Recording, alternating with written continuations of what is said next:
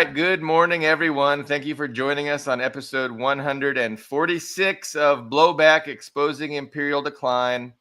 I have two special guests today, and as of now, no co-host, but two great guests. So my first guest is Jeremiah Kim. He is represents the Saturday Free School, and he's a regular. He's been on as a guest before.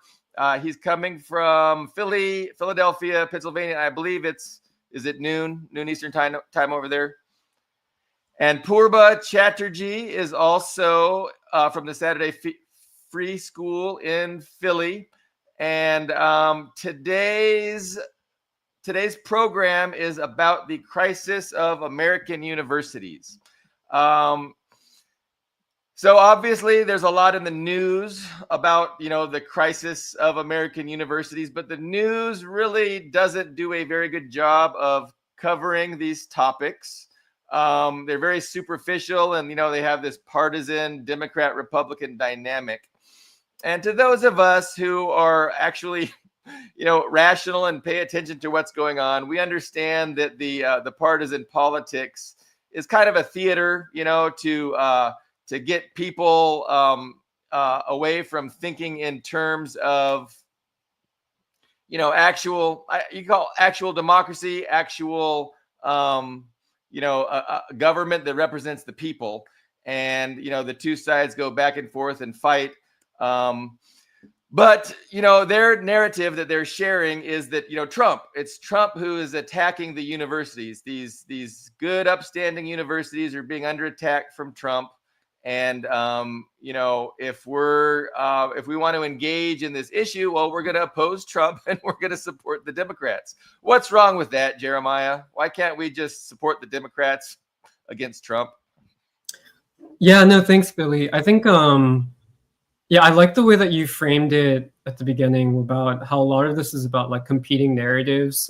And I guess I should preface by saying, a lot of what Purba and I will talk about today with you is coming out of ideas that like we've been working on in the Free School for the past couple of years, and also just like a lot of our kind of direct observations in Philadelphia, interacting with like universities like UPenn and stuff like that. But I agree with you that a lot of what's at stake in this whole kind of drama of Trump and the universities is basically a very intense ideological conflict, which basically necessarily means that I think that, it's also a battle of kind of like competing narratives. And that includes both also like intentional, but also unintentional consequences. But I think just to start off, I think what I feel pretty strongly is that with this whole thing about the universities, it's much larger than Trump. I was actually looking into like polling data around like, how Americans feel about universities and higher education. And about a decade ago, like in 2015, only 10% of Americans like kind of actively distrusted higher education. And in the past 10 years, that has risen really fast so that around a third of Americans like actively distrust higher education, and especially elite universities like the Ivy Leagues, like Harvard. And so a lot of the kind of context of this is that, we see it as part of this wider crisis of legitimacy of like kind of America's ruling institutions, in which especially the elite universities represent something which many people, growing numbers of people in the United States, increasingly just like actively hate or resent, even if they don't agree with everything that Trump is doing. And so for us, what we really want to like focus on, what we've been thinking about, is just like actually focusing on these elite American universities, which are kind of like the primary target, especially with Trump. And that I think something that we've also been saying is that like we're kind of arguing that this whole question of students and their rights to protest the genocide in Gaza should be treated as a separate question or a different question from this like larger thing of the universities themselves. And so that like for us, like this whole narrative that not just the media but the universities are creating, this kind of mythos that the universities are creating about themselves, that they're like defending free speech against authoritarianism, that they're bastions of democracy. All of that for us has to be actually interrogated, and we see it as basically like a kind of farce or a fabricated narrative. And we can get into more of that, but that's kind of, I guess, how I would start. And then I think a lot of this gets into then like how we actually see like what is the purpose of the kind of American elite university, like what role does it serve in today's modern society, and also in the context of American empire and Western civilization. But that's kind of how I would start. Those are good questions. And, I mean, it's like the answers are obvious. They serve the interests of imperialism. They're they are there to indoctrinate the next generation of the ruling class. But Purba, before we get carried away, would you like to add anything to what Jeremiah was saying? Yeah, maybe one thing that I would like to add is really in all of this, I think the place of the natural sciences and the attack, especially on science funding, is definitely something that people are talking about a lot. And I agree with Jeremiah that here also we have to be careful about the narratives which are constructed around the question of science as being this noble pursuit that has to be defended against, authoritarianism or fascism and Trump or however you want to put it. But I think there is a way to construct a narrative around this which completely ignores the history of the relationship that the American state has always had to scientific research in this country. And all of the slogans that are being raised about, the need to defend scientific freedom, well, it makes you want to ask the question, has science research in this country ever really been free of state control and the military industrial complex? And I mean, even a rudimentary study of the history of the last 80 years will show how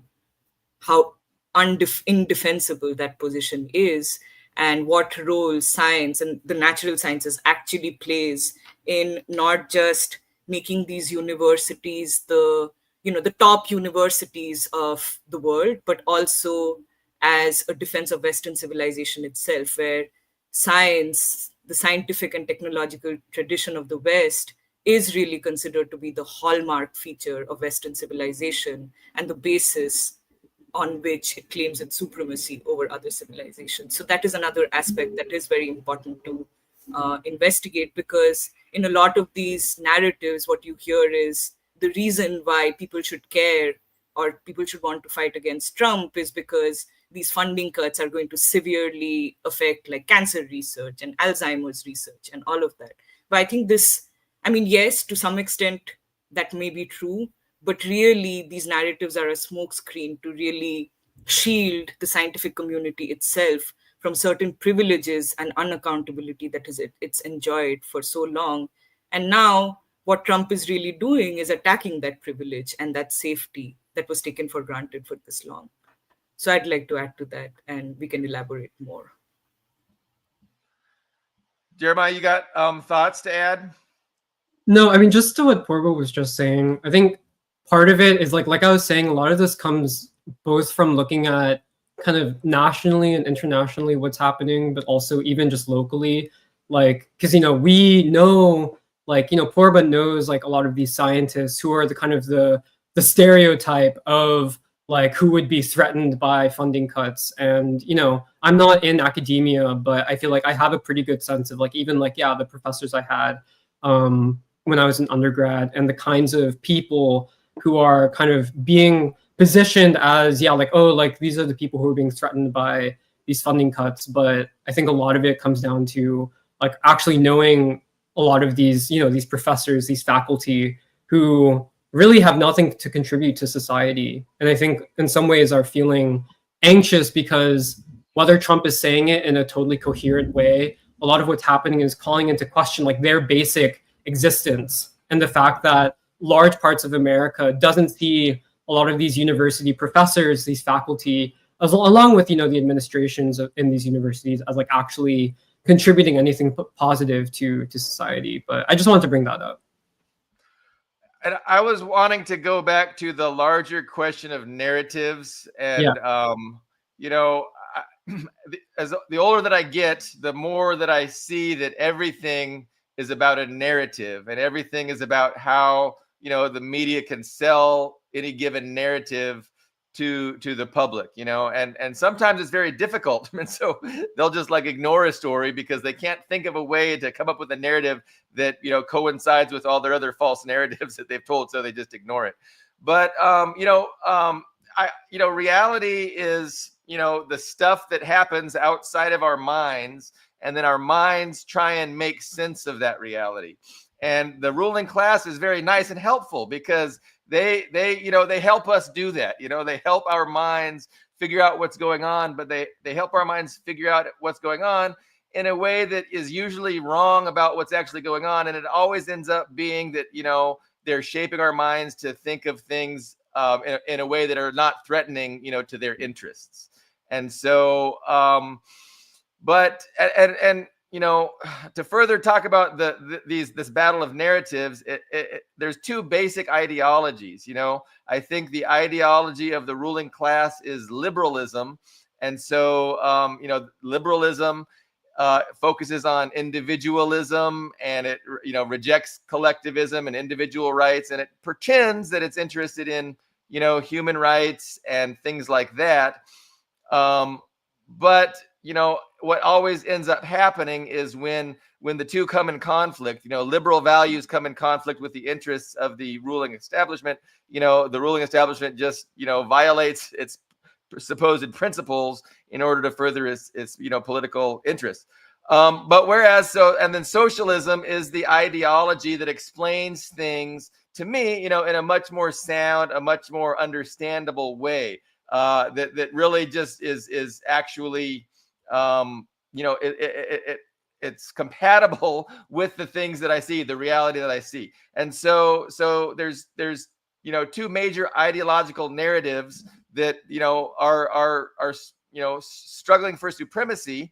It's socialism and liberalism, and of course liberalism is winning out big time.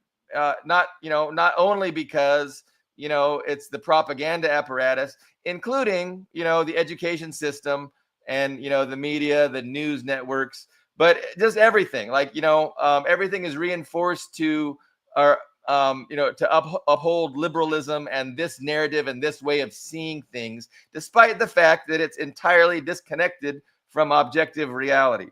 But I mean, I would like to get into a deeper discussion of that. Like, what, how do you guys understand this battle over narratives? And then we talked like before the show about, what is truth and knowledge, and how do we get regular people to to recognize that there's this battle over narratives, and that they haven't, their own best interest is tied to reality, and it's tied to narratives that actually explain reality, not the false narratives that are constantly being shoved down our throats. Yeah, no, I think you're raising a lot of good questions, and I think part of it is like even the way that you framed it of liberalism versus socialism, I think is an interesting way of framing it. In some ways, it's like how I'm trying to also like process the conversation is that like we're trying to understand what are the sides that are emerging, like how are the different sides, whether within the United States or even internationally, like how are things coalescing, and on what basis are they coalescing, like what ideology, but also what kind of like other societal and objective forces. And I think I actually wanted to ask you, like, where do you, in that kind of that binary that you set up, like, how do you see Trump, or like, what role do you think Trump plays in that?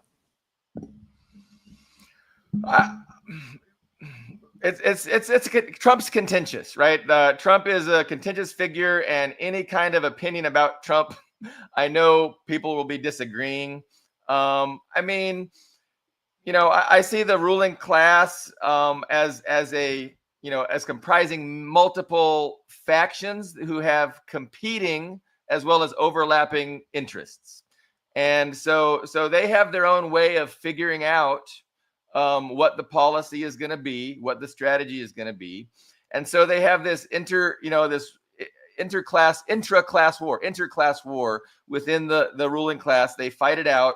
and ultimately, a leader is chosen and a policy is decided upon, with obvious caveats, right? Because like they're not all powerful, but so Trump represents a faction that has a particular strategy in mind for dealing with the threats faced by Western,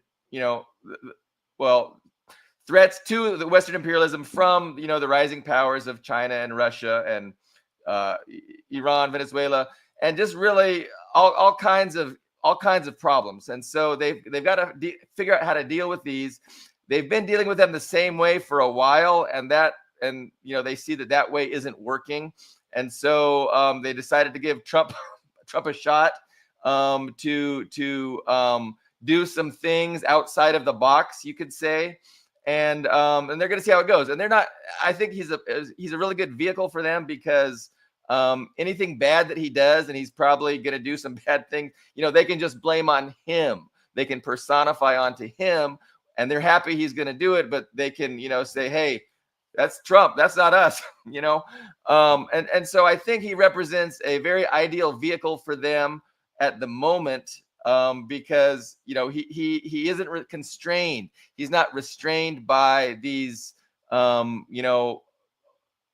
the status quo, the orthodoxies, the good liberal values that they've always pretended that they uphold and support. And so he's perfect for them, because Kamala couldn't get away with doing some of these things.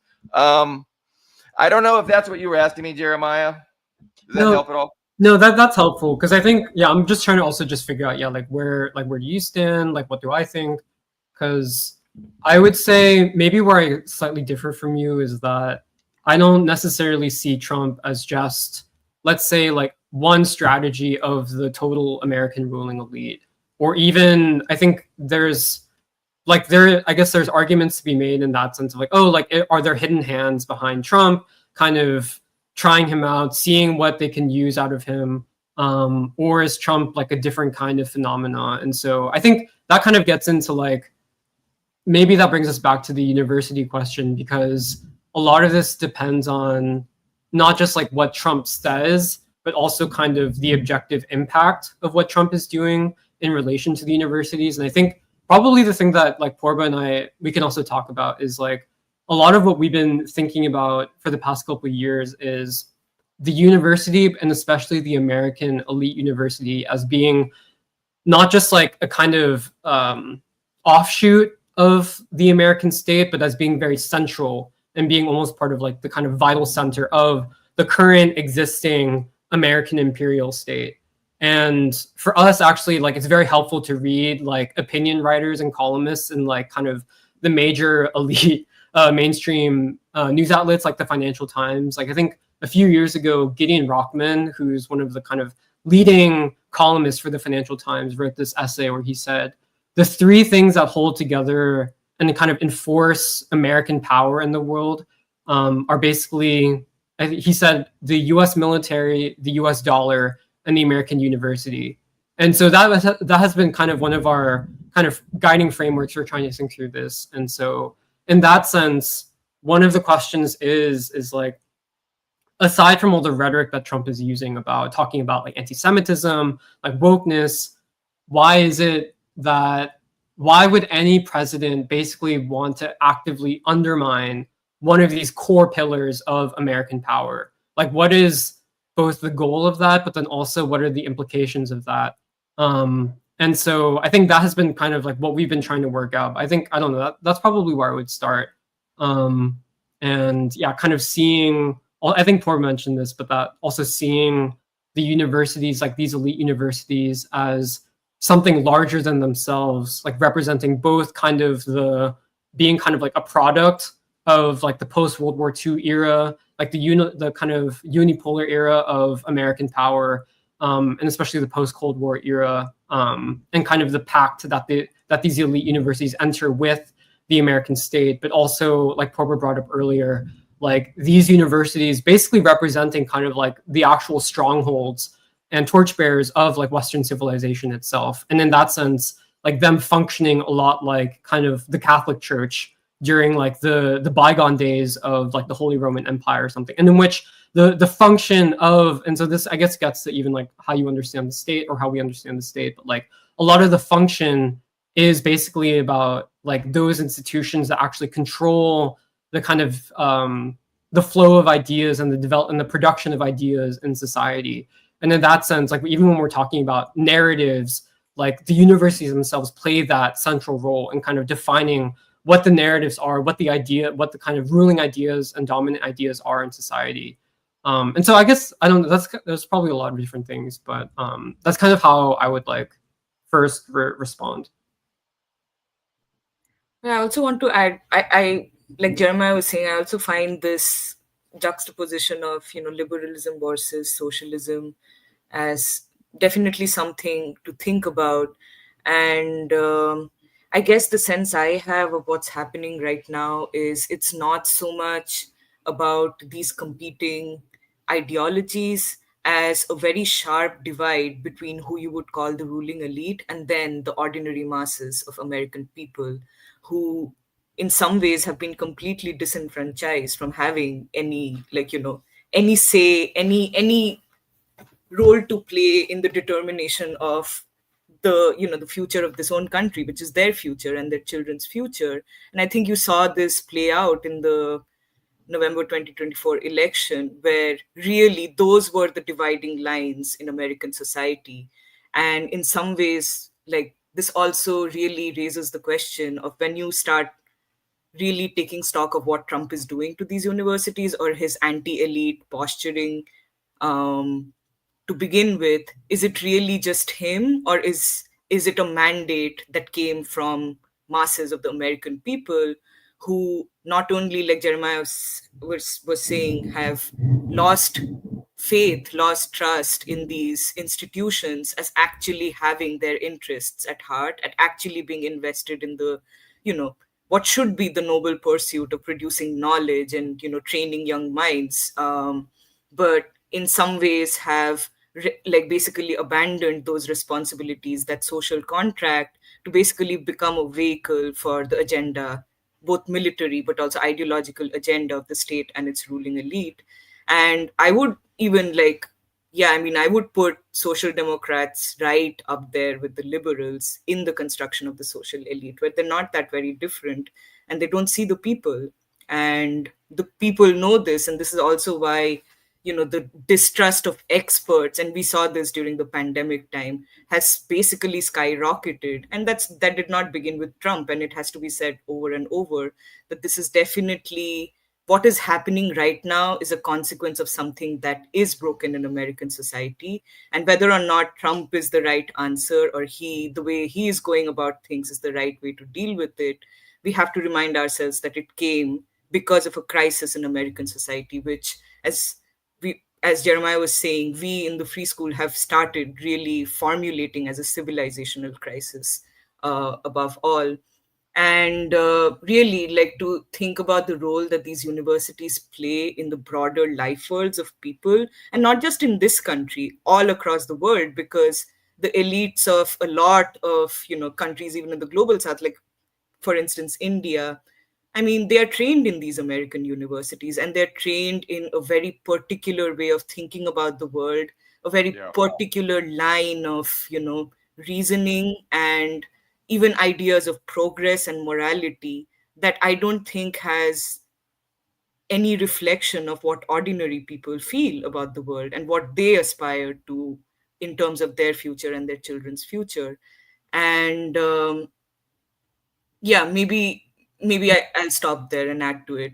Well, just to add to what Purba is saying, like it's also, in that sense, it's helpful to look at this from inside the United States, but also try to ask, how is this viewed by people around the world? And I think, when we say the university, for example, being kind of this stronghold of the West, like also in an objective sense, it's like, people often talk about like all these 900 plus military bases that the US has around the world, right? Which is definitely part of what constitutes American empire as it currently exists today. But I think one thing that we've been kind of talking about is even beyond that, let's take like Harvard, right? Harvard has like satellite campuses in countries around the world, all of the elite universities do. And what we're saying is like we should see those as just as important, if not even more important, as kind of these outposts of American power around the world, in which it's like also part of the functioning of like what we call like neocolonialism, in which it's like when like the neocolonial elites of like darker countries, the darker nations, want to educate their children, it's like, where do they send them? They send them to Harvard, they send them to Columbia, Princeton, Yale. And so like in that sense, like from when you look at it from the kind of perspective of that, it's like, again, like if you were trying to carry out a strategy of kind of protecting American power or American hegemony in the world, what Trump is doing is basically in contradiction. It doesn't help that agenda at all. And so this is part of what I guess what I'm trying to ask, like in terms of like how you also see stuff, but like from the perspective of the world, it's like, for a long time, like America, especially these American universities, were seen as kind of the place that represented American progress, American exceptionalism, the kind of supremacy of the West. And so Trump is basically from the inside, essentially dismantling the kind of symbolic legitimacy and the kind of ideological legitimacy of these universities, and making it very hard for people, let's say like India or Korea or China, to be like, oh, I want to continue to send my children to these universities, because you don't know what's going to happen to them. So I guess that's kind of like how like I've been thinking about it. That's very interesting, and I'm enjoying this discussion. My mind is very stimulated. I think what I wanted to say with regards to that, and before it escapes my mind, it just escaped my mind. It just escaped. So okay, so you're making the case that Trump and I'm seeing that your position is I'm seeing your position a little bit more clearly than I understood it to be. You're seeing Trump as attacking the universities and destroying the universities, whereas that wasn't clear to me, and it's still not. Like, I mean, I'm thinking he's reforming it, he's changing it and shaping it in a way that's more to his liking, and then that begs the question: well, what does Trump like and why? But I think what I think is clear, and what a big criticism of Trump has been that he lacks a class consciousness, right? He'll prioritize his own aggrandizement over the good of the collective ruling class. He will promote himself and various things, his own personal interests, over and above the interests of the ruling class, to some extent. When he says the American media is the enemy of the American people, like he's talking about when the American media is mean to him. Like that, to him, that means that because the American media is mean to him, that they're an enemy of the American people. He doesn't understand that, the media is an enemy of the people like we understand the media is the enemy of the people to be.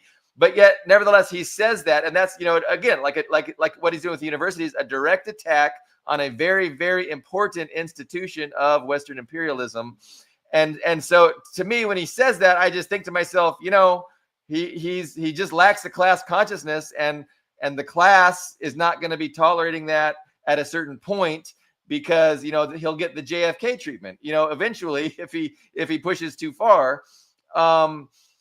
But is he a serious threat to the establishment, or is he reforming it in ways that the establishment is fine, maybe happy, at least part of them happy to see him reform? I don't know. That's kind of the thoughts I was having as you were talking. And then, the think tanks too. The think tanks are very important. Like the education system is important. Leaders of these other countries, we bribe them and we give their families, the free educations, and they live here and they get, treated like elites. And then the rulers of these other countries don't want to lose that privilege, and so they'll just do what they're told. They'll implement the policies that the West doesn't do, and that's one of the ways that the U.S. maintains its empire, and it's awful. But that's what we do. It's the ruling class of various other countries work with our ruling class to maintain their. Of course, they call it a liberal democracy. I just call it an oligarchy. It's an oligarchic dictatorship. That's it. And that's what liberalism represents. Liberalism is the ideological facade of oligarchic dictatorship, and socialism is actual democracy. Socialism is when you have a government that is interested in identifying and pursuing the interests of the masses, of the working class people. And that's the difference. And that's what I see as the primary dividing line, and it has been since Marx pointed out these things, the class struggle, oppositional class interest way back at the beginnings of capitalism, when capitalism had only for a few hundred years replaced feudalism. Anyway, I see that I'm rambling as I do sometimes. So okay, reform or destruction. You guys, what do you guys think? Like, I mean, Trump isn't really trying to destroy universities. He's just trying to knock off their liberal edges. He knows they're not popular. He's seen the same polling that you have, Jeremiah, where 10% only 10% of people a few years ago did not like higher education, and now those numbers are a lot higher. And so to me, it just seems that he's a savvy politician, and he's happy to attack and reform this institution in a way that will make his base happy, and that won't really threaten the whole system of Western imperialism, but it will definitely piss off liberals, his enemies. And okay, I use liberals for many ways. There's the big L liberal, which includes Democrats, Republicans, conservatives, and everybody who prioritizes individual rights. And that's such a misnomer. It's such a despicable way of trying to explain things, as if liberals care about individual. And that includes not just Democrats, right? So when people in the United States talk about liberals, they really are thinking about the latte sipping, Prius driving.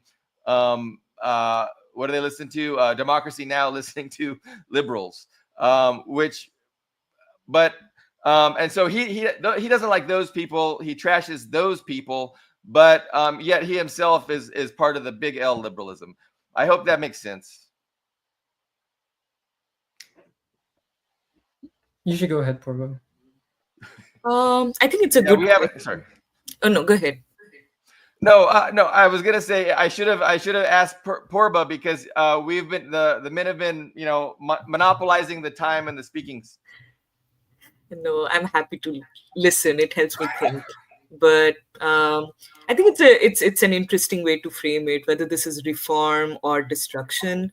I think I fall somewhere a little in the middle, or even slightly different from these two ways of thinking about it, where I feel like what I see Trump as doing, and without going into the reasons or analyzing his psychological state when he does these things, which I don't think is that valuable.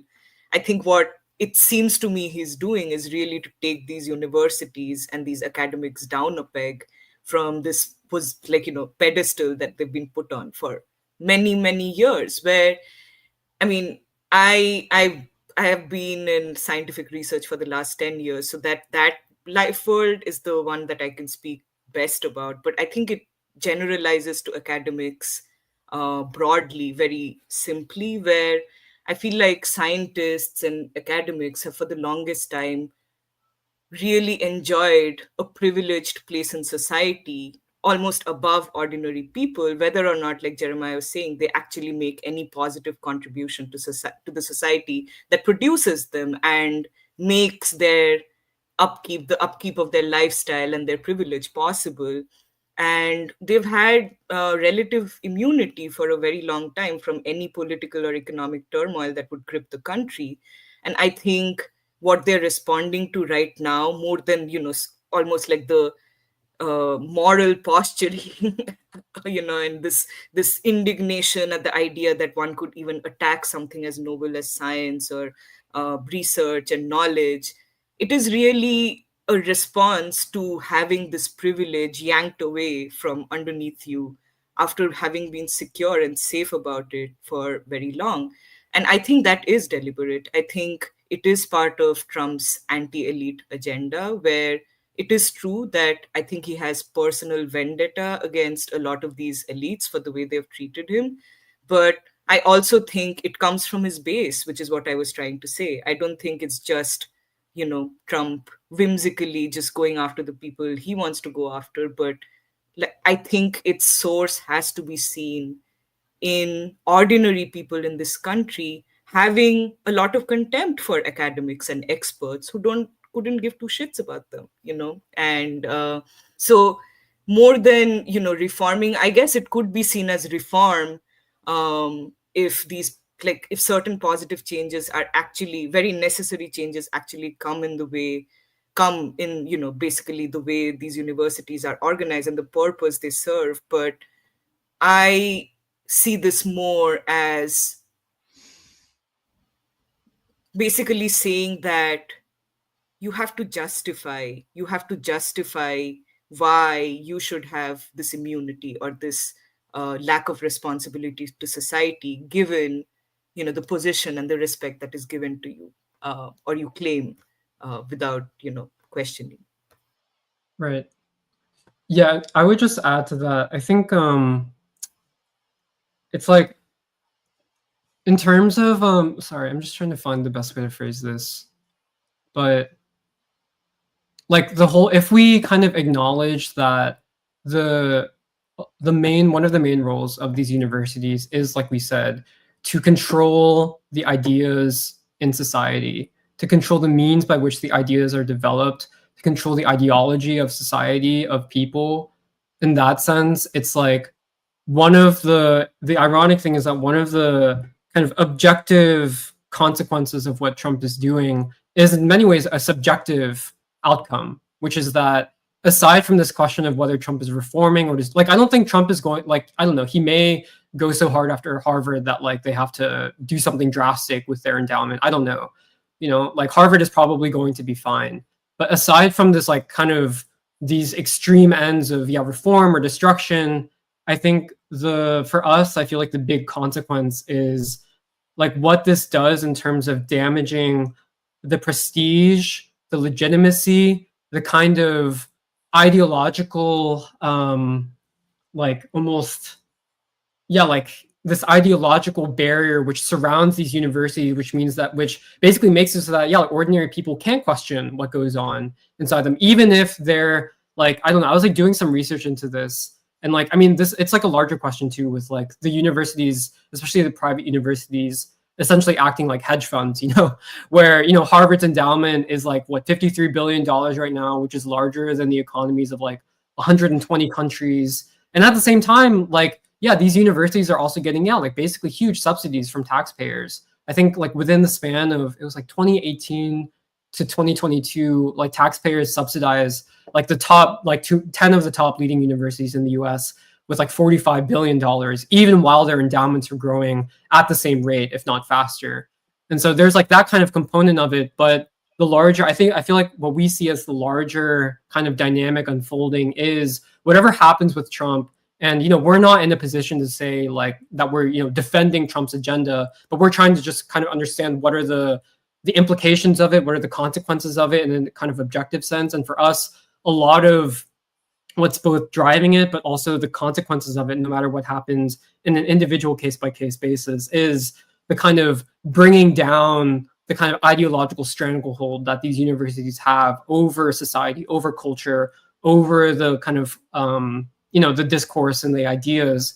And in that sense, it's like, it also comes directly to, I think, what we've talked about earlier, which is seeing, directly what role these universities play even in the local level, in which it's like, if you come to Philadelphia, one of the first things you learn, and I think this is kind of true across the board, but these cities are completely governed and ruled by the universities themselves. It's about, like, UPenn, Temple, maybe Drexel, in which it's like all of the economic architecture, the kind of economic structure of how the city of Philadelphia is run is basically everything has to go through the University of Pennsylvania, And that's kind of, in economic sense, it's like, the only jobs that are really being invested in are what they call, like, eds and meds. So people who work like in the healthcare system, or basically are kind of college educated people who work in like tech or the universities themselves, or like basically the only other possibility is for poor people and like working people is to basically be like menial laborers who are like custodial staff. And like this is like, I mean, yeah, I think UPenn is probably the largest employer in the city itself. But in that sense, it's like this is part of how we like more generally understand, like, I guess this goes back to the question of narratives, but like for us, these universities themselves are the anti-democratic force in society. And so like both in the kind of ideological realm, but even in the direct realm of like, yeah, like how a city like Philadelphia is governed, like all of it flows through and into the university. And in that sense, it's like, for us, it's a net positive, I think. Like, I mean, we can't say exactly what's going to happen with Trump, but like, you know, like for us, it's a net positive if these universities, like the kind of ideological power that they have is stripped in society. And that creates an opening, like we said, for ordinary people to actually come together and figure out, okay, like what are the ideas that we should try to pursue, like beyond whatever Trump says. So that's kind of like, I guess, how we see it.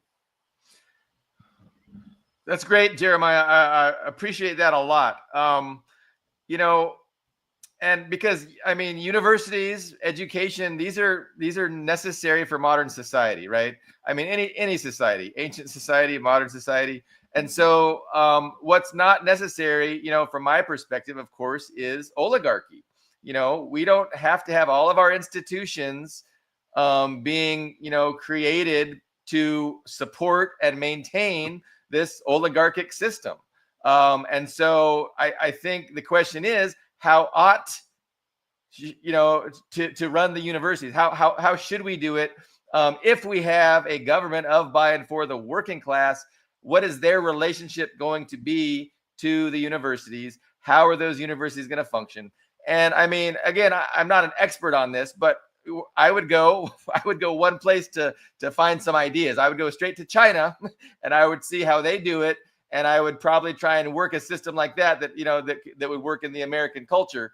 But yeah, no, absolutely. You know, everybody is not happy with the you know, these elite universities. They're being subsidized, you know, to raise the next generation of oligarchs, of rulers. And, you know, they're charging the working class to do that instead of paying for themselves. But again, this is the exact system you would expect to find in an oligarchy. And you know, I would be shocked if it was any different. And it's not just, you know, the education system that is like this, but it's the healthcare system, and it's the criminal justice system. You know, all of these systems are geared towards benefiting the privileged and at the expense of the masses. And that's the problem with liberalism. It's the problem with oligarchy. Do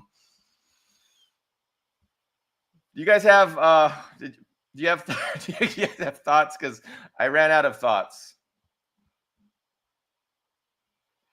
I'm not the only one to run out of that's great if I'm not the only one that ran out of thoughts. No, I feel like we have probably more to say, but I feel like we're just, yeah, I guess trying to find like what is, I don't know, maybe Purba you have. Yeah, direct us, lead us into an issue. Well, I can speak to something that I think I care about a lot, because I feel like at a very when you're young and you're trying to decide what to do with your life, and you consider the possibility of being an academic or a scientist, I think you come into it with a lot of, you know, hope and dreams about what your life can be and what kind of contribution you can make to the future. And I feel like, I think the university okay, so, you know, right now what we are observing is this obvious crisis of the university, and people are lining up on, you know, basically which side they should fall on. I think an important consideration is also what these universities, or the years spent in these universities, does to a young person. And I agree with what you were saying about how these universities, it's not hidden to anybody that the purpose they're really serving is to produce the next generation of the ruling elite. And I think this is something that Jeremiah brought up sometime in Free School, that there seems to be a revolving door between the university and these ruling elites where maybe you should speak to it. But basically it's like an ecosystem that when when you as a young person you enter into with very good intentions about doing something good with your life and finding meaning and purpose, very quickly you find yourself stripped of that broad vision to give your life a meaning or a purpose that goes beyond, say your career and your status and so on and so forth. And you find yourself almost, being groomed ideologically to become a certain kind of person who, I mean, if I'm to talk about the sciences, because that's where I've spent most of my time in, it really takes a huge moral and spiritual toll on a young person, um, for whom, his work becomes like scientists, for them their work becomes their entire life. They don't have any contact with ordinary people, and even if they did, they wouldn't know how to talk to them, just because of how much they've been encouraged in those 4 or 5 years of um, grad school, to separate themselves from ordinary people and even look down upon them as, stupid, or not scientific or rational enough, and so on and so forth. And I just want to point out that I find this to be a huge crime against young people. And this is not really something that is talked about in mainstream media when, the question of whether these universities should be reformed or defended, and so on, even comes up. Because I think for any society that's trying to decide what it will mean in the future, not just for its citizens, but what will it stand for in the world, I think the question of how it treats its youth and children and what vision it allows them to have for their own lives is a very important consideration. And I think that is a very essential element when you're trying to decide which side of this battle you place yourself in, because there is a moral question. It is not just, a question about, oh, Trump authoritarian, university great, and so those are the lines of the battle. There are also these moral questions that need to be considered about how many lives really get like completely twisted and bent out of shape through the process of going through the university and emerging out of it as an adult who is then supposed to take responsibility for the world. And I feel like this is also where I think this is also where last year, when there were all these student encampments all across university campuses, that was a moment of hope, that gave a lot of hope, because you could see these students basically take a moral stand and say, you know what, my life is going to mean more than just my career and good grades and so on. And even if I get thrown out of the university for taking this moral stand for the people of Gaza, for those children in Gaza that are being murdered, and with the complicity of this university and this state, I am going to take a moral stand. And I mean, Trump was not even in office. We all saw how these universities came down upon the students, right? So, yeah, it is very hypocritical for the same people who were so brutally against these protests last year now sort of try to co-opt, the student protests and so on under this banner of Trump is attacking free speech, and make it into a talking point of why, you know, the universities need to be defended. The university was never a friend of these students. They were always the enemy. And going forward, I also hope, because, I feel like the students won't really back down. I feel like over and over, and you're seeing this even now. Maybe it's not possible at the scale of, the encampments in last spring, because there have been very repressive measures put into place even before Trump took office. And of course, Trump is Yeah. doing some strange and completely, I guess, indefensible stuff when it comes to, revoking visas and so on, and targeting protesters in particular. But all I want to point out, it is didn't start with him, and it's also not going to come in the way of that natural inclination that young people feel to take a moral stand. And you're seeing that right now, these hunger strikes in the UC system, and then also these what happened in Colombia recently, and so on.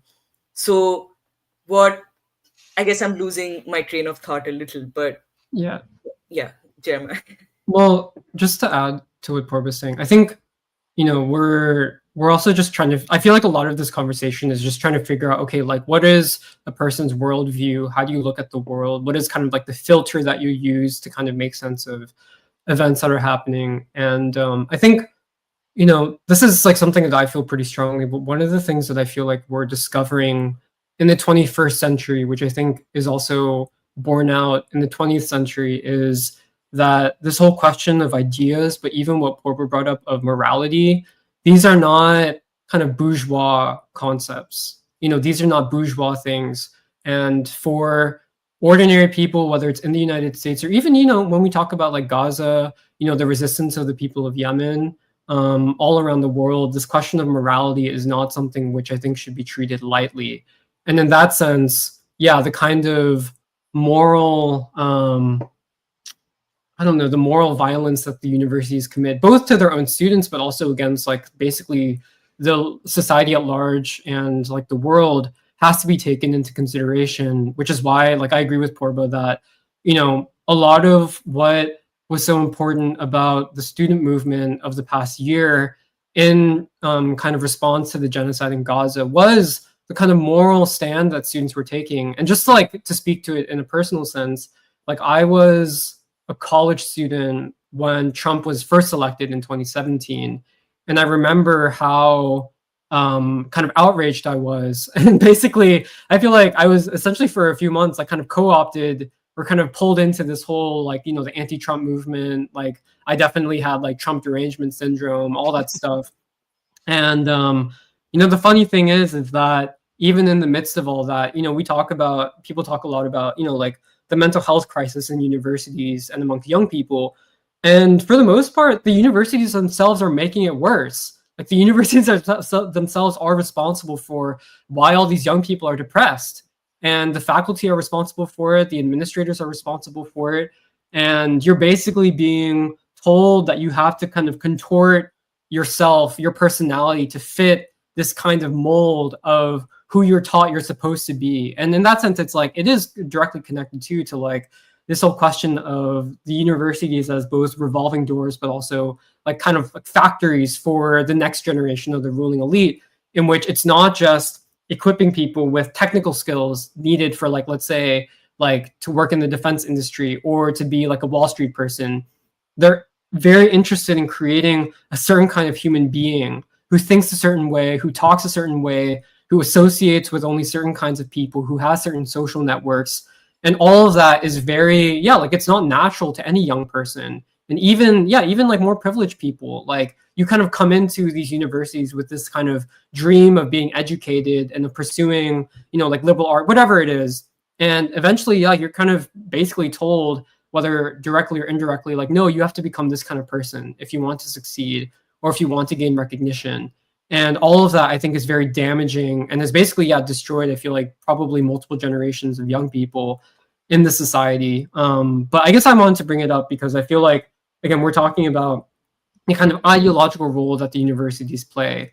And I think in that sense, it's like, like a lot of the like resistance that has come from the students is not just about being opposed to when Biden was in office or when Trump was or is now in office, but it's a direct protest against their own universities themselves. And I think a lot of students are kind of, especially in the kind of Trump era, having to kind of reformulate and reconfigure their own conception of politics, in which I think, there's that NYU student who was suspended after mentioning Gaza in his, I think, valedictorian speech. And a lot of it, it's like Purba was saying, the enemies are not just like the current political administration, but again, the universities themselves are essentially the greatest enemy of the students. And I think that has become much clearer to me, I think, especially in the past couple of years, whereas before, like when I was, like a college student, like I thought the university was there to protect me. And like that was a very powerful idea, which kind of seeps into your consciousness and shapes how you look at the world. Because it's like, when you leave the university itself, like that then shapes like, what your future direction is, like where you end up in life. And I think it's very important that the students are like actively questioning their relationship to their own university, and not just kind of even the kind of direct thing of being opposed to Biden or being opposed to Trump. But I don't know, I just wanted to add that as well. We probably should have talked about exactly how the structure works, and then what Trump is doing to change that structure. We should have probably laid that out for viewers to begin with. We kind of did touch on like the grants versus the public funding, but Purba, as far as scientific endeavors, you became disenchanted because in your mind, you're thinking about, I'm going to do research that's going to benefit humanity. And then the reality that you discover is a little bit different about how things work, right? And I mean, my own assumption would be that the research that gets funded is going to be the research that's going to benefit the system. It's going to benefit the billionaires in some ways, and it's really not going to have much to do with benefiting the working class masses that are making their lives better or easier. I mean, that can happen by accident. But you want to talk to that a little bit? Well, yeah, I mean, that is definitely there, because again, I want to bring back this question of scientific freedom, right?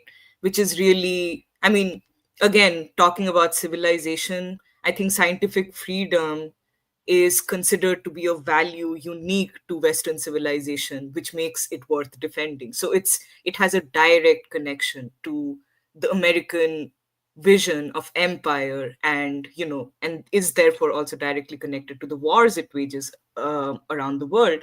And it's a direct result, as Jeremiah was also pointing out, of Cold War politics, of this opposition to, say, the Soviet Union and its view of science, where after the Second World War, there was this deliberate attempt made to bring science in line with people's demand for peace and peaceful development of these societies that had been so devastated by these two wars.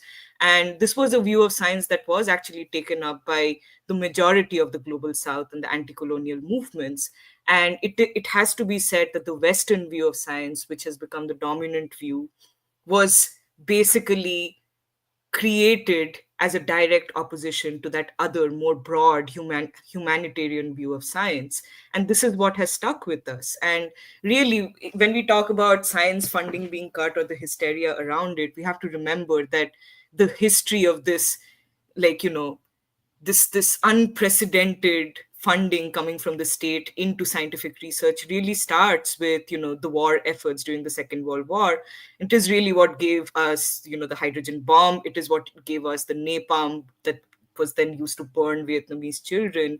And in today's context, you see how pervasively AI is being used and deployed for the genocide in Gaza. So there is a continuity of this history that, again, I stress, is very important to keep in mind when trying to assess what really stands to be defended today. And yeah, in terms of the heartbreak of a young person to realize that they can't really do with their life what they set out to do. I mean, honestly, like, and I'm not even talking from a place of like personal dejection or personal disappointment, because I feel like a lot of people make different kinds of peace with the kind of work environment that they encounter in one of these research institutions.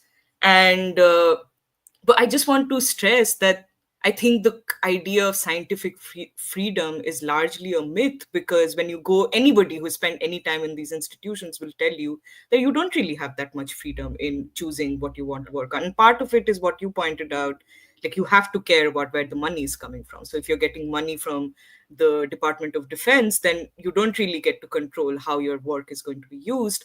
And then there's also this hegemonic system of elite journals, which becomes the final arbiter of what even passes as worthy research or useful research.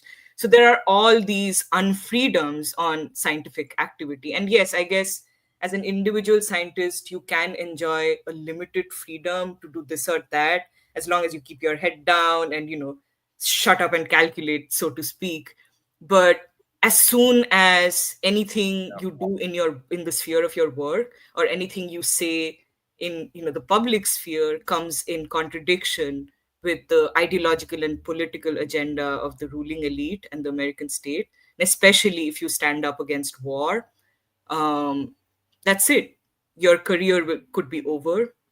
And if not that, you'd definitely be ridiculed and ostracized and treated as, an outcast, So what freedom are we really talking about? I mean, at the end of the day, it's really the freedom to get paid, the freedom to basically absolve yourself of any responsibility to society or to take any interest in pressing moral and political questions. And I think, like, in addition to these direct sort of limitations on your freedom as a researcher, there is that other very important aspect that Jeremiah was also speaking to, of what kind of human being it makes into. Can you really recover from this level of ideological control and ideological grooming to emerge at the end of the tunnel as somebody who still has his moral values and his, need to be responsible to people? Can you really come out with that intact? And for most cases the answer would be no. And yeah, so that's sort of been my observation and experience. And yeah, and I think it sort of basically gives you an accurate picture of what these universities represent and what, if anything, should be even defended about these universities. And really, like, you don't see a lot of ordinary people lining up to defend the universities to get them out of this crisis. The mainstream media, the way they portray, this battle between Trump and the elite university, is really as if this is a national question that everybody has a stake in. But I don't think the truth on the ground is that. I don't think anybody is rushing to rescue these academics and scientists from what Trump is doing. That was a great juxtaposition between the ideological narrative that they pretend is the foundation of our Western civilization that is worth defending and embracing scientific freedom. And then of course, like you said, we would scoff at the the Soviets' efforts at science. And say that their science was it was skewed because they allowed their ideology to affect it, whereas we are free to do whatever. And I'm reminded of, I forget who said it, but he's like, in under capitalism or liberal democracy or oligarchy, these are all the same to me. Homeless people that live under the bridge and rich people alike, they're both equally have equal opportunity to buy a mansion. It's just that one has money and one doesn't. So they're both free to buy a mansion. Like, nobody's going to stop a homeless guy from buying a mansion if he has the money. And it's just like the research. You're free to research whatever you want, but good luck getting $1 million grant for something that's not going to be profitable, to the military industrial complex, to the oligarchs. And then Jeremiah, you were talking about just how the institution of academia and higher education has, changed people. And I mean, Purba, you mentioned that too, how it changes people. I had a point about that. Okay. So I would say it's not just the institution. I look at what is happening in the United States as a brand new experiment.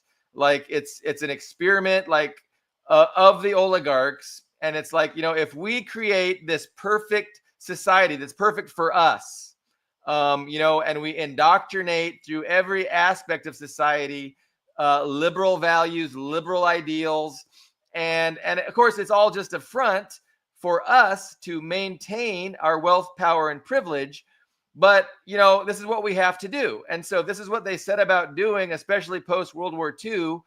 And we look around and we can just see what a colossal failure this experiment has been. When we look about at the mass incarceration, we look at mass dependence on psych meds, right? On mental health, the real crisis in mental health, the mass shootings, all of these things are kind of unique to the United States. And when you think about what else is unique about the United States, well, it's where this crazy experiment has really been allowed just to, uh, move, have the fastest legs and just move as much as possible in the direction that they think we need to go. But what has it done to humanity? I mean, it is ripped our humanity from us. People need to feel like they're making a difference. They need to feel, empowered and, united, in a collective of moving forward and a place in history. And, when we have these ideals and then we see the reality of it, people just turn cynical. They turn cynical and they turn really, they turn inward and, then they stop caring. And then it's all about themselves. And to them being successful, my guess is most successful people aren't very happy, because once they achieve the success, they realize that, shoot, maybe there is more to life than just having wealth. But okay, I rambled quite a bit, but these were the kind of the thoughts I was having while I was listening to you guys. And I really appreciate the discussion. I hope you guys had something to say as well, Jeremiah. Yeah, well, just to what you were saying now, I think actually I like the way that you put it, where the ruling elite have been experimenting on the American people for the past couple of decades. Because, we actually in Philly, we just wrapped up a big symposium, which I was telling you about earlier, about music and about the revolutionary music of Duke Ellington, Sun Ra, Charles Mingus, and Bootsy Collins, the funk composer. And a lot of what we're interested in right now is this question of how has the system and how the ruling class in the United States, how have they cognitively, morally, and culturally kind of manipulated the minds and values of ordinary people, along with their own elite classes, but especially on the level of ordinary people. And for us, a lot of this comes from not just the kind of post-World War II moment, but especially the period that followed the civil rights movement, in which, because we see the civil rights movement as America's third revolution, and that what comes after that is essentially a counter-revolution, which has many different forms, but especially on the cultural and ideological level, which is what we've been interested in, both for the universities. And I guess I can also talk about like some of my experience with, I'm not in the science side. I was like an English major in college, but I kind of got a very good sense of like, this whole phenomenon of postmodernism and the kind of like ideological hegemony it has in these humanities departments and the social science departments in many universities. And so there's that, but also, even on the level of like pop culture, like mass media, all that stuff, like so much has been done to basically make it so that, people don't have the tools that they need to actually fight back and to actually have a sense of, like basically a positive sense of the future and of what they can actually fight for, and what they have in common with other people. And I think, we've been doing a lot to try to, basically make it, to create a space or to create an opening here in Philly for people to actually just come together and work at, like, to kind of, in some ways, like, especially through the music stuff, but even beyond that, one, to try to take stock of what has happened. Because, a lot of people have questions of like, especially, if you take like the Black community in Philadelphia, a lot of people have questions like, what happened? Like what happened to the community basically in the past, like, let's say 5 decades? Like what happened with, not just drugs, but also gun violence, all this stuff. And what happened to the music, this incredible music, which was produced throughout the 20th century of not just jazz, but R&B, all this beautiful stuff, which has basically been kind of like that, Du Bois says this, but it's like basically America's only real music is Black music. And in that sense, it's like people are trying to come together and figure out like what has happened to our communities, but also to ourselves. And so I'm also maybe rambling a little bit, but that's kind of the like a larger kind of the context of the questions that we've been interested in trying to work out, and to hopefully create an opening for people to actually come together, and like figure it out together. Because I feel like this is one of the, in some ways, like we said, it's like one of the outcomes or the consequences of this whole thing with the universities is that people are increasingly looking for other places to turn to for ideas, for discussion, for debate also. And we're trying to, address that here in Philly, but I think it's it's obviously a much larger question, which I think has to be figured out by larger and larger portions of, like ordinary citizens in the US.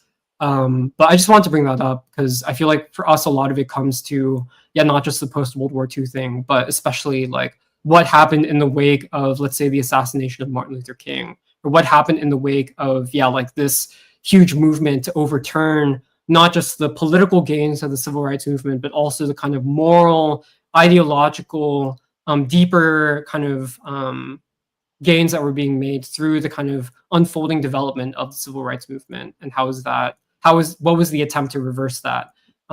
Both at a political level, like an economic level, but also even at the kind of psychological and moral and spiritual level too. Purba, any thoughts?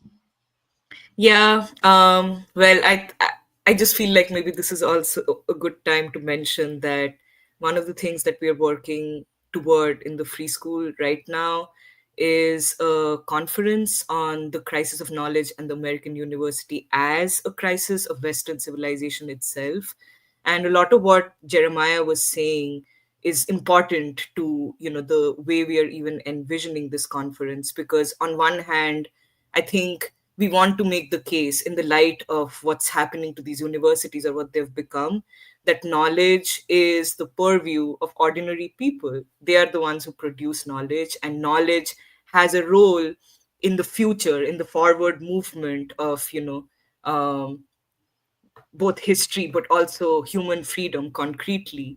And therefore, like, this is the time to basically take back the modes of ideological production from these universities, which have become morally bankrupt and basically vassals of the American state and its uh, empire and war, and given back and put back into the hands of the people. And I mean, well, first of all, I also want to say that the Saturday Free School for Philosophy and Black Liberation, and I think this is something that I get from Jeremiah, this way of putting it. I think the free school really emerges even out of the failure of the universities to produce any liberatory knowledge, to produce any kind of moral education that can actually give a young person that grounding that's needed to become the sort of person who will fight for the future, who will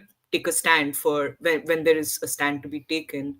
And I mean, yeah, we do root ourselves in the Black freedom struggle and in figures like Du Bois, Baldwin, and King, because like the civilizational formulation is helpful, because what we see them as doing is really to create a vision for a whole new civilization, which is not for war, which is for peace, which is not for like greed and profit or self-aggrandizement, but actually puts the human being and his freedom and his dignity at the center. And this is also why we turn to all of this music, because I mean, it had a definite revolutionary role to play in the life worlds and the psyche of the American people as a whole. And I feel like Jeremiah is saying, a lot of what has happened since the end of the Black freedom movement, or the taking down of the Black freedom movement in the late 60s and 70s, was to basically extinguish the memory or the legacy of that great revolution for a new civilization, for a revolution of values. And so, yeah, in the free school, we're really trying to recapture it, because in these moments of crisis and turmoil, I think what is required more than anything is a message of hope, of the message that there is something that we can do. There is something that people can come together. The people can come together and do, and not these experts who give you knowledge from top down. But there is something we can do. And so, yeah, those are some of the things that we're looking forward to doing. So the description of the video, so we link to the Saturday Free School, and we also link to the journal, the Avant-Guarde journal. You guys are going to have another one in a month or so, you mentioned. I did want to mention that, and it's something I said before on a previous show, but Marx seemed to think at one point that, the revolution was going to take place in the most advanced countries, like Germany. And really he got that a little bit wrong, right? Because it was in the most impoverished and poorest areas that people had the least to lose, and they were the most revolutionary. And I've always said that the Western ruling class, the United States ruling class, is very class conscious, and they're good Marxists. And so they understood that the most impoverished and most, the people with the least to lose in the United States were the most revolutionary. And those were the people they really did target. And so when you saw in the civil rights movement was a big threat, to their interests. And I am totally cool with your guys' conception as that being, the third revolution. So, right. Well, the Civil War and Reconstruction being the second. Yeah. No, that's a great systematic understanding of, American history. And I know some people reject it. I don't know why, but I like it. So it was, it was a threat to the ruling establishment, and they went to work to undermine that threat. So they assassinated all the leaders. They infiltrated with their the Black misleadership class, infiltrated these groups. They sent all this negative music and all these drugs, which I'm sure the CIA was profiting from and using that profit to do other evil things around the world. But they definitely flooded these communities with drugs and guns and really bad influences and awful music. I mean, some good music too. Don't look at me like that. I mean, but no, and they're smart. Like they're playing to win. Like they're not going to just be rolled over, but inevitably, it's what we must do is to continue this struggle to overcome this oligarchic system and replace it with a system that genuinely, is representative of the working class masses. And, sometimes it seems overwhelming and very difficult to accomplish that, especially given their power within these institutions, their power within the propaganda apparatus, and the mental state of most citizens. That's one of the most demoralizing things, is your average 5-minute talk but no, yeah, like we're seeing, there's hope, there's room for optimism. I'm optimistic when we see Trump have such a powerful following, whether or not he's exploiting establishment sentiment. I mean, that's an open question. We can have a debate, a discussion, an argument about that. But regardless, people are sick to death of what they don't even understand, really. They don't have a good understanding of what they're sick to death of. And it's exactly and that we can use that, we can use that for our own purposes and some education. And we have, every reason to be optimistic about the future. Did I convince you? I don't know. Yeah. No, I mean, I agree with you. It's, especially with the music stuff, a lot of what I've been feeling recently and what we've been talking about here in Philly is just that, especially for the kind of, if we construct the kind of stereotype or archetype of like a leftist in America, like the concept of like, what is the terrain? Where is the place that you struggle is very limited. It can be very kind of constrained and kind of in some ways almost like stereotyped. But part of what we're discovering is, especially with the music stuff, the terrain of where people struggle is much broader than I think many people realize. And it's much more also dynamic and requires a lot more of like actually trying to be interested, like in ordinary people, but especially, most, I think, aside from basically kind of the stereotypical notions we have of like protest music, like I think most people don't see music as a site of revolutionary struggle. And I think there's a reason for that. And part of it is because if we take this conception of the third, like the civil rights movement being America's third revolution and kind of drawing from that a larger conclusion about the kind of central role of the Black freedom struggle in American history, I think from that, like what we're trying to work out is if you kind of take that as a kind of assumption, from that you have to draw very specific and different conclusions about the kind of way that revolutionary struggle unfolds, especially in the context of the United States and its particular history. And I think a lot of that kind of clashes with the kind of like the kind of formulations that a lot of leftists get from, let's say, Marx or whatever. But I think that's been one of the kind of things that I've been thinking about recently, and it also gets to like what we're trying to do and what we're trying to achieve.